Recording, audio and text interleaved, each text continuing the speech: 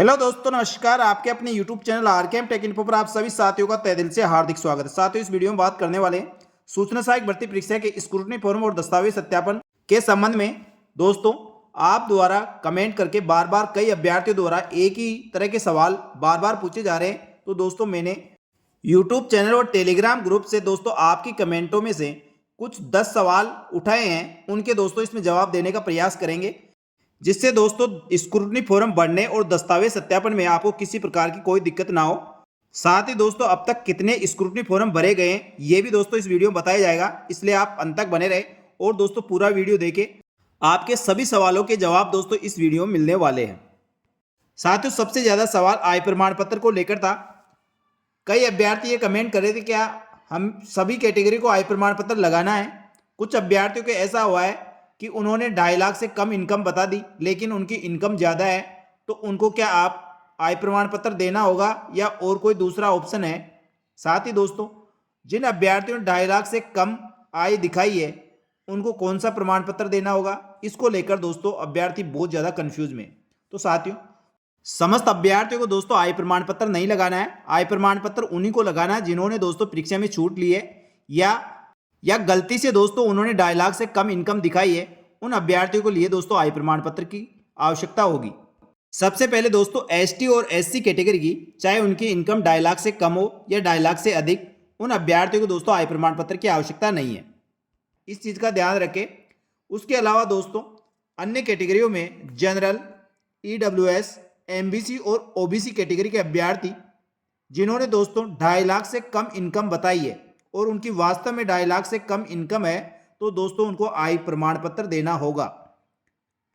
इसके बाद दोस्तों दूसरे वे अभ्यर्थी है जिन्होंने गलती से 2.5 लाख पर टिक कर दिया था, लेकिन उनकी इनकम 2.5 लाख से अधिक है, तो उनको क्या करना चाहिए। तो दोस्तों ऐसे अभ्यर्थियों को एक एफिडेविट बनवाना पड़ेगा और एफिडेविट दोस्तों आपको अपलोड करना होगा और उसको दोस्तों आपको दस्तावेज सत्यापन के समय जमा भी करवाना होगा।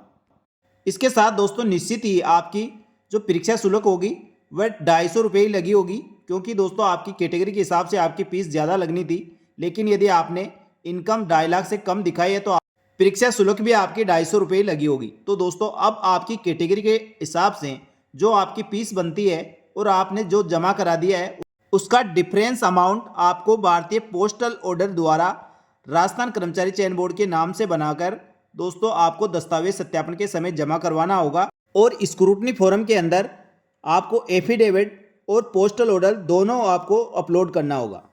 साथ ही इसके बाद सवाल आता है, आय प्रमाण पत्र किसके नाम से बनाना है। दोस्तों आय प्रमाण पत्र यदि पुरुष अभ्यर्थी है तो पुरुष अभ्यर्थी को दोस्तों अपने परिवार की वार्षिक आय के आधार पर आपको आय प्रमाण पत्र बनाना है। साथ ही दोस्तों यदि महिला अभ्यर्थी है तो महिला को महिला के नाम से आय प्रमाण पत्र बनाना है, लेकिन दोस्तों उसमें पिताजी की जगह पति का नाम आ जाएगा। इसके बाद दोस्तों दूसरा सवाल जो सबसे ज़्यादा अभ्यर्थी पूछ रहे थे वह जाति प्रमाण पत्र को लेकर था।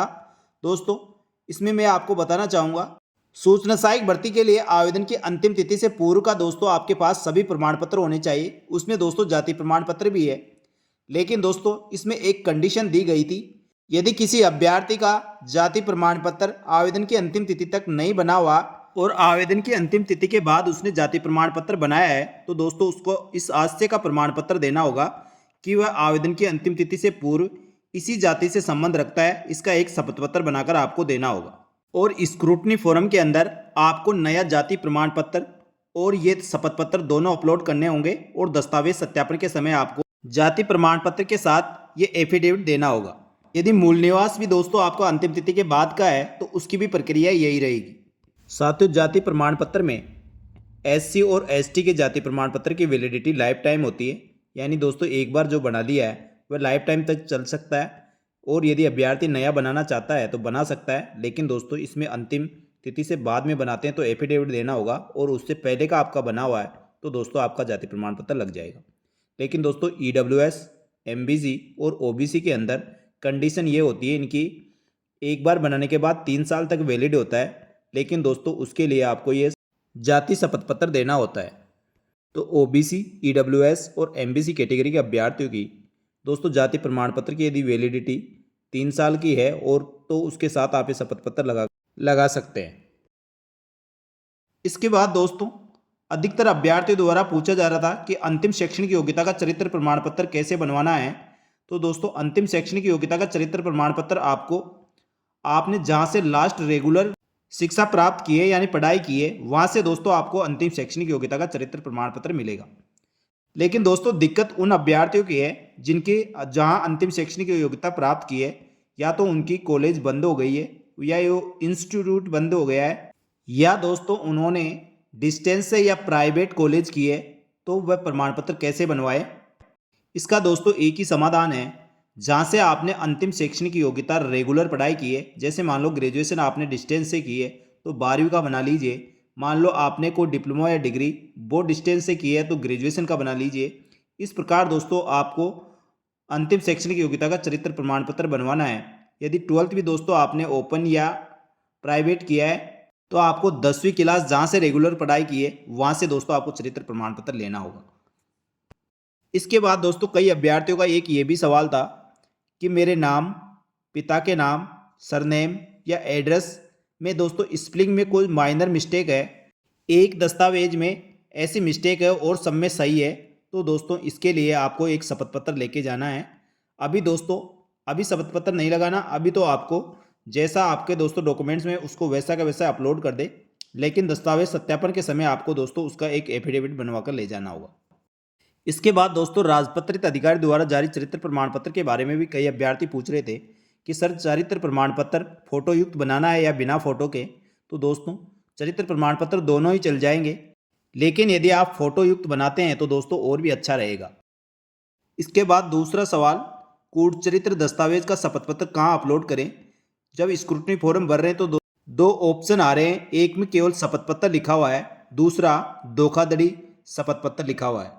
कूट चरित्र दस्तावेज या तो शपथ पत्र बनाया है वह कहाँ पर अपलोड करें। तो दोस्तों वह आपको केवल जो शपथ पत्र लिखा हुआ है जिसके नंबर 15 नंबर है उसमें अपलोड करना है।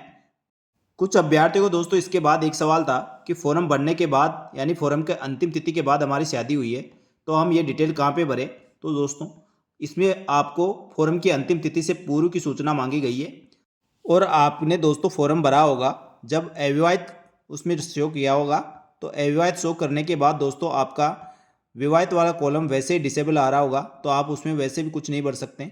लेकिन दोस्तों यदि आप दिखाना चाहते हो स्क्रूटनी फॉर्म के दोस्तों 23 नंबर में जो अन्य दस्तावेज है उसमें आप अपलोड कर सकते हैं। तो अब जब आप दस्तावेज सत्यापन होगा तब आपको मैरिज सर्टिफिकेट लेके जाना है तो वह आप जमा करा सकते हैं। इसके बाद दोस्तों कई अभ्यर्थी ये भी पूछ रहे थे कि सर हमने जब फॉर्म भरा था उस टाइम हमारे पास MA, MCA या ऐसी कोई दूसरी डिग्रियां भी थी जो हमने आवेदन फॉर्म में नहीं भरा, या हमने आवेदन तिथि के बाद MCA कर लिया या MA किया है या और कोई ऐसी डिग्री की है जिसको हम क्या स्क्रूटनी फॉर्म में दिखा सकते हैं। तो दोस्तों मेरा मानना है आपने आवेदन फॉर्म में भरा है उसकी योग्यता के आधार पर दोस्तों आपका इसमें सिलेक्शन होगा। अब जो भी आपने डिग्री की है या पहले कर रखी थी और आपने नहीं बताया तो दोस्तों उसके आधार पे आपका सिलेक्शन नहीं होने वाला है। तो जब आपका सिलेक्शन हो जाए तो उसके बाद दोस्तों आप इसको ऐड करवा सकते हैं। तो अभी दिखाने का या अभी ऐड करने का कोई फ़ायदा नहीं है। इसके बाद दोस्तों कई अभ्यर्थियों का ये भी सवाल था, क्या विवाह, संतान, दहेज और धूम्रपान निषेध से संबंधित शपथ पत्र क्या एक साथ बना सकते हैं या अलग अलग बनाएं। दोस्तों इसमें दिया गए अनुसार दहेज और धूम्रपान निषेध शपथ पत्र एक साथ बनाएं और विवाह, संतान से संबंधित शपथ पत्र एक साथ बना सकते हैं। लेकिन दोस्तों कई अभ्यर्थी जिन्होंने विवाह, संतान, दहेज और धूम्रपान निषेध से संबंधित शपथ पत्र एक शपथ पत्र में बनवा लिया है तो उनको भी दोस्तों घबराने की आवश्यकता नहीं है, कोई दिक्कत नहीं है। आपका शपथ पत्र बन गया है और शपथ पत्र आप दोस्तों तीनों चारों जगह जहाँ जहाँ मांगा गया है इसी शपथ पत्र को आपको अपलोड करना होगा। इसके बाद दोस्तों कई अभ्यर्थी जो स्क्रूटनी फॉर्म सबमिट कर चुके हैं उनके सवाल थे कि सर हमारे स्क्रूटनी फॉर्म में कुछ गलतियां रह गई तो क्या हम इसमें सुधार कर सकते हैं या हमारा फार्म रिजेक्ट हो जाएगा। तो दोस्तों मैं आपको बताना चाहूँगा स्क्रूटनी फॉर्म में आपकी किसी प्रकार की कोई गलती से त्रुटि रह गई है तो दोस्तों आपका फार्म रिजेक्ट नहीं होगा और आपका फॉर्म कंसिडर किया जाएगा और दोस्तों आपके दस्तावेज सत्यापन भी होंगे। लेकिन दोस्तों किसी प्रकार की कोई प्रॉब्लम हुई है तो वहाँ पे आपको बता दी जाएगी भाई आपके फॉर्म में ये दिक्कत है, इसके लिए आपको कोई शपथ पत्र बनाना होगा या कोई घोषणा पत्र देना होगा या साधारण एप्लीकेशन से आपका काम चल जाएगा, वहाँ आपको बता दिया जाएगा। आपको बिल्कुल भी घबराने की आवश्यकता नहीं है। साथियों अब बात करते हैं अब तक टोटल स्क्रूटनी फॉर्म कितने भरे जा चुके हैं। साथियों, सूचना सहायक भर्ती परीक्षा के स्क्रूटनी फॉर्म आपके 17 अक्टूबर से प्रारंभ होकर 23 अक्टूबर 2024 तक भरवाए जा रहे हैं। तो दोस्तों 17 अक्टूबर से लेकर 21 अक्टूबर तक, 21 अक्टूबर की शाम तक आपके 1900 फॉर्म मात्र भरा गए हैं। यानी दोस्तों लगभग 5000 से अधिक अभ्यर्थी है और 1900 फॉर्म भरे गए हैं। अब साथियों 2 दिन बचे हैं, आज और कल। इन 2 दिन के अंदर दोस्तों अभी 3000 से प्लस फॉर्म भरे जाएंगे। तो साथियों मेरा अनुरोध रहेगा, आप सभी तुरंत प्रभाव से अपने सारे डॉक्यूमेंट कंप्लीट करते हुए आज ही स्क्रूटनी फॉर्म पूरे कंप्लीट कर दें, क्योंकि दोस्तों लास्ट टाइम में जाकर फिर जब सारे अभ्यर्थी एक साथ फॉर्म भरते हैं तो दोस्तों सर्वर डाउन हो जाता है और कई तरह की समस्याओं का सामना करना पड़ सकता है। इसलिए समय रहते दोस्तों आपने स्क्रूटनी फॉर्म समस्त दस्तावेजों के साथ अपलोड करें और साथ ही सबमिट करने के बाद आपसे पेमेंट मांगा जाएगा।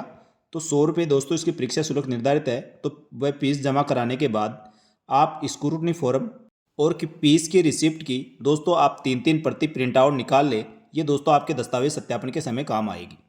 इस प्रकार दोस्तों सूचना सहायक भर्ती परीक्षा के स्क्रूटनी फॉर्म और दस्तावेज सत्यापन के संबंध में आपके बहुत सारे सवाल थे। उन सवालों को दोस्तों आपके कमेंट बॉक्स में से मैंने उठाकर आपके लिए ये वीडियो बनाया है। तो दोस्तों मैं समझता हूँ आपके सभी सवालों का जवाब इसमें मिल गया होगा और आप संतुष्ट भी होंगे। यदि साथियों मेरे द्वारा दी गई जानकारी से आपको थोड़ा सा भी लाभ मिला तो वीडियो को लाइक करें और दोस्तों कमेंट करके बताएं आपको ये जानकारी कैसी लगी। और साथियों सूचना सहायक भर्ती परीक्षा की समस्त जानकारियों के लिए हमारे यूट्यूब चैनल और Telegram group RKM take info से जुड़े रहे। आपको सूचना सहायक भर्ती परीक्षा के दस्तावेज सत्यापन के बाद दोस्तों इसके रिजल्ट और रिजल्ट से लेकर दोस्तों इसकी ज्वाइनिंग तक आपको समस्त जानकारी यहाँ पर मिलेगी। साथ ही दोस्तों सूचना सहायक भर्ती परीक्षा के साथ ही समस्त भर्तियों की नवीनतम ताज़ा अपडेट के लिए हमारे यूट्यूब चैनल और Telegram group RKM take info को ज्वाइन कर ले। आपको समस्त भर्तियों की पल पल की अपडेट यहाँ पर मिलती रहेगी। धन्यवाद। जय हिंद, जय भारत।